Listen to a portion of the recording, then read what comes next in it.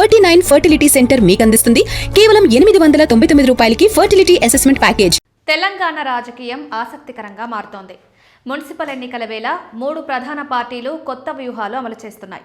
ఈ ఎన్నికలు ఈ 3 పార్టీలకు ప్రతిష్టాత్మకంగా మారాయి. అందరికంటే సీఎం రేవంత్కు మున్సిపల్ ఫలితాలు సమర్థతకు పరీక్షగా నిలుస్తున్నాయి.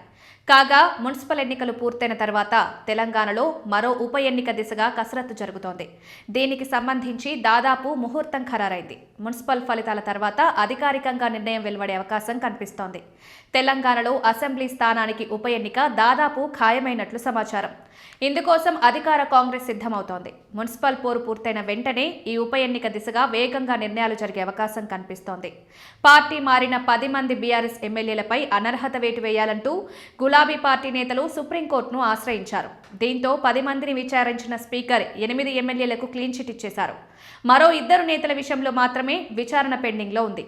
Khairatabad MLA Danam Nagender, station Ghanpur MLA Kadiyam శ్రీహరిలను విచారించారు. వీరిద్దరి విషయంలో స్పీకర్ నిర్ణయం వెలువడాల్సి ఉంది. దానం కాంగ్రెస్ నుంచి సికింద్రాబాద్ ఎంపీ అభ్యర్థిగా పోటీ చేయడంతో ఆయనపై వేటు తప్పదనే చర్చ కొనసాగుతోంది. దీంతో దానం నాగేందర్తో రాజీనామా చేయించి ఉప ఎన్నికకు వెళ్లే ఆలోచన ఖరారైనట్టు తెలుస్తోంది. ఇద్దరి విషయంలో స్పీకర్ తుది నిర్ణయం కీలకం కానుంది. ఇప్పటికే సుప్రీంకోర్టు సైతం పెండింగ్ అనర్హత పిటిషన్లపైన నిర్ణయం తీసుకోవాలని సూచన చేసింది.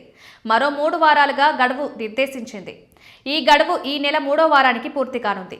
మరోవైపు జరిగే మున్సిపల్ ఎన్నికల పోలింగ్ ఫలితాలు ఈ నెల 13వ తేదీన విడుదల కానున్నాయి.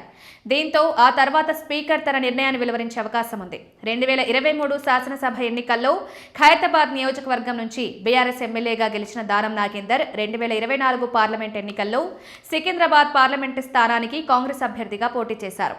ఆయనపై అనర్హత వేటు పడే అవకాశాలున్నాయి. దానం నాగేందర్తో పాటు కాంగ్రెస్ ఇందుకు సిద్ధంగా ఉంది.